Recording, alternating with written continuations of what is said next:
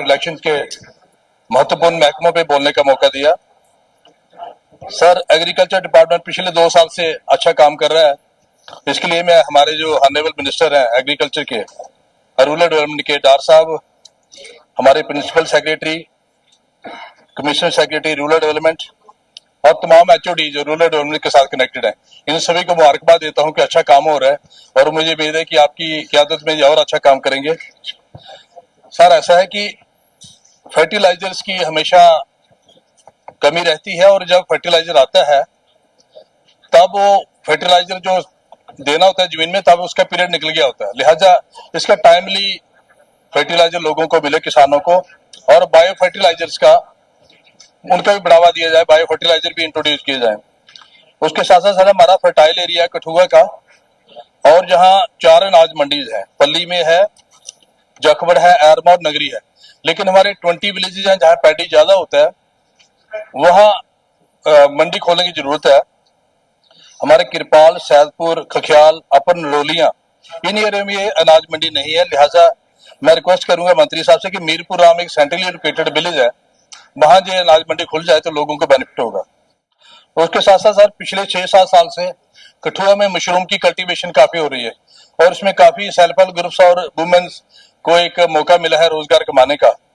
तो मेरी मंत्री साहब से रिक्वेस्ट रहेगी कि ये मशरूम के रिलेटेड जितने भी ऑफिशियल है उनको तो मैं मुबारकबाद देता हूँ, लेकिन एक mushroom research and development centre वहां कठुआ में खोला जाए ताकि उन फार्मर्स को, उन सेल्फ हेल्प ग्रुप्स को भी मदद मिले और बाकी लोग भी उससे इंस्पायर हो पाए।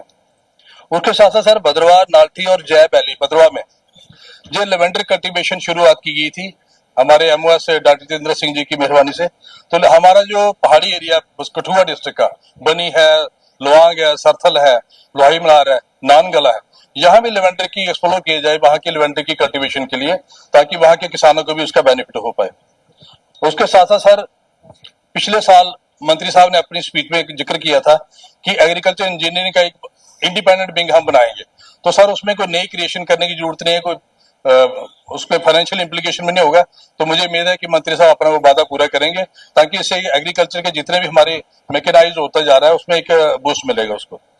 उसके साथ साथ सर जितने भी मोबाइल स्मगलिंग के जानवर आते हैं सारे कठुआ पकड़े जाते हैं मैक्सिमम, और वहां ही छोड़ दिया जाता है उनको। तो मैंने क्वेश्चन भी पूछा था जी कि मोबाइल स्ट्रे एनिमल्स का वहां बड़ा कठुआ में वो है, लेकिन जवाब कोई संतुष्ट नहीं मिला। तो इसके लिए सर एनिमल हस्बेंड्री और वाइल्ड लाइफ के साथ मिलके जितने भी स्ट्रे एनिमल्स हैं उनका कुछ किया जाए, और हमारी जो गौशाला है, क्योंकि वहां तकरीबन 1000 के ऊपर गाय हैं, उनके लिए अगर फाडर का इंतजाम हो जाए ताकि उनको कंफर्टेबली उनका रहना भी, काफी जानवर मर भी रहे हैं विदाउट फाडर। और जो स्ट्रे एनिमल्स कठुआ में है, पिछले 2 साल में मैंने पता करवाया तकरीबन 200 से ऊपर लोगों को इंजरीज हुई है। उसके ऊपर गवर्नमेंट ने संज्ञान लेने की जरूरत है, किस तरीके से उसको टैकल किया जाए। उसके साथ साथ जिस तरह हमारे बिलावर वाले विधायक जी ने कहा कि टी कल्टीवेशन का वहां इन्होंने इंट्रोड्यूस किया, मैं चाहूंगा कि जो बाकी हाई रीचेज है कठुआ की, वहां भी टी कल्टीवेशन का शुरुआत की जाए। उसके साथ साथ सर मैं हार्टिकल्चर की बात करूंगा कि हार्टिकल्चर में जनाब को पता होगा कि स्टाफ की बहुत कमी है। जो हमारे छोटे मुलाजिम थे थोड़े बहुत, वो सारे रिटायर हो गए, नई रिक्रूटमेंट नहीं हुई। तो मैं ये रिक्वेस्ट करूंगा कि जो हमारे एग्रीकल्चर के लोअर रंग स्टाफ है उनको रोप इन करके, क्योंकि वो पढ़ाई तो एक ही है बेसिक एग्रीकल्चर, हार्टिकल्चर में भी है वहां, तो वो हार्टिकल्चर में जब तक एसएसआरबी या पीएससी से नहीं आते वो करके, ताकि हमारा हार्टिकल्चर जो सेक्टर है वो बड़ा सफर करे, चाहे कश्मीर में चाहे जम्मू में, वो स्टाफ की कमी पूरी की जाए। उसके साथ जो हार्टिकल्चर का हमारा ऑफिस कम्प्लेक्स है, चीफ हार्टिकल्चर ऑफिस का और जहाँ उनका रेजिडेंशियल भी, दोनों कठुआ में बिल्कुल टूटी हुई हालत में है, पिछले 40 साल पहले बने थे। तो जहाँ एग्रीकल्चर का कम्प्लेक्स अच्छा बना दिया जनाब ने, हार्टिकल्चर का भी वहां अच्छा बन जाए, ऑफिस का भी, रेजिडेंशियल भी, वो एक अच्छा रहेगा। दूसरा सर मैं 2 मिनट लूंगा। दूसरा सर ये है कि फिशरीज की बात करूंगा।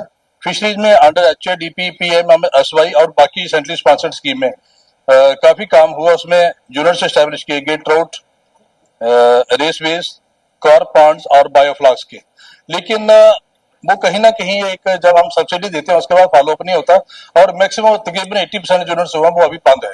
वो जनाब उसका थोड़ा देख लें कि किस तरीके से उनको रिवाइव किया जा सके, ताकि जो गवर्नमेंट का विजन है कि उन फिशरमैन और किसानों को बेनिफिट हो, उसका सही मायने में बेनिफिट हो पाए और किस तरीके से यूनिट रिवाइव हो।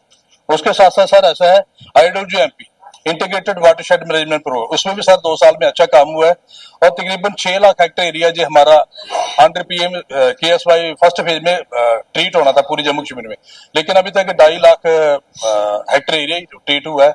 मैं चाहूंगा कि कुछ नए एरिया भी इंक्लूड किए जाएं और ताकि ज्यादा एरिया हमारा ट्रीट हो इसमें वाटरशेड में। हो गया सर एक मिनट लूंगा। रूरल डेवलपमेंट का मैं जिक्र करूंगा सर, इसमें लैंड रेंज, पंचायत घर और बाकी काम अच्छे हो रहे हैं, लेकिन उसके साथ मैं चाहूंगा कि थ्रस्ट चाहिए प्लांटेशन पे, क्योंकि हमारा वाटर टेबल नीचे जा रहा है। अगर प्लांटेशन पे जोर दिया जाए ताकि वाटर हार्वेस्टिंग स्ट्रक्चर बने, रू वाटर हार्वेस्टिंग और रेन वाटर हार्वेस्टिंग के लिए को प्लांट बनाए जाए ताकि वाटर टेबल भी इंप्रूव हो और उससे हमारी प्रोडक्टिविटी बढ़ेगी। उसके साथ साथ नरेगा का जो लाइबिलिटी है 2016-17 से लोगों ने काम किए हुए हैं, वो जनाब आज भी काम ग्राउंड पे एग्जिस्ट कर रहे हैं, लेकिन उनकी यही था कि उनका जी नॉन टेंडर काम हुए थे। वो एक मंत्री साहब एक कमेटी बना लें, अगर फिजिकली ग्राउंड पे है काम तो लोगों की लाइबिलिटी क्लियर हो जाए, बड़ी देर से लोग परेशान हो। उसके साथ साथ DRDA के जब मर्ज हो गया था रूरल डेवलपमेंट में, वो काफी मुलाजिम जो है DRDA के उन्होंने पक्के कर दिए, उनको रिहेबिलिटेट कर दिए, लेकिन अभी भी सर कुछ मुलाजिम है। कठुआ के मैं जिक्र करूंगा, दौलत राम है एक CA का पेशेंट है, बेचारा आ नहीं सकता। मैं खुद भी 2 साल से ट्राई कर रहा हूँ, लेकिन अभी तक उसका कुछ हुआ नहीं, वो भी देखने की जरूरत है। उसके साथ साथ सर ऐसा है कि इलेक्शंस का कि delimitation of municipal wards, panchayat और पंच कॉन्स्टिट्यूंसी की जरूरत है, जब भी डिलिमिटेशन होगी। और इनका हंडेरियम जो हमारे अर्बन लोकल बॉडीज के पंच जो हमारे काउंसलर्स, पंच और सरपंच का, इसको भी बढ़ाने की जरूरत है। जब थैंक यू इन्हीं के साथ मैं दोबारा मंत्री साहब का और आपका शुक्रिया अदा करता हूँ और उम्मीद करता हूँ कि हमारे ऑफिसर जो अच्छा काम कर रहे हैं आने वाले दिनों में और अच्छा काम करेंगे। शुक्रिया। इफ्तिखार साहब 3 मिनट बच जाएंगे तो मैं बेल बजाऊंगा।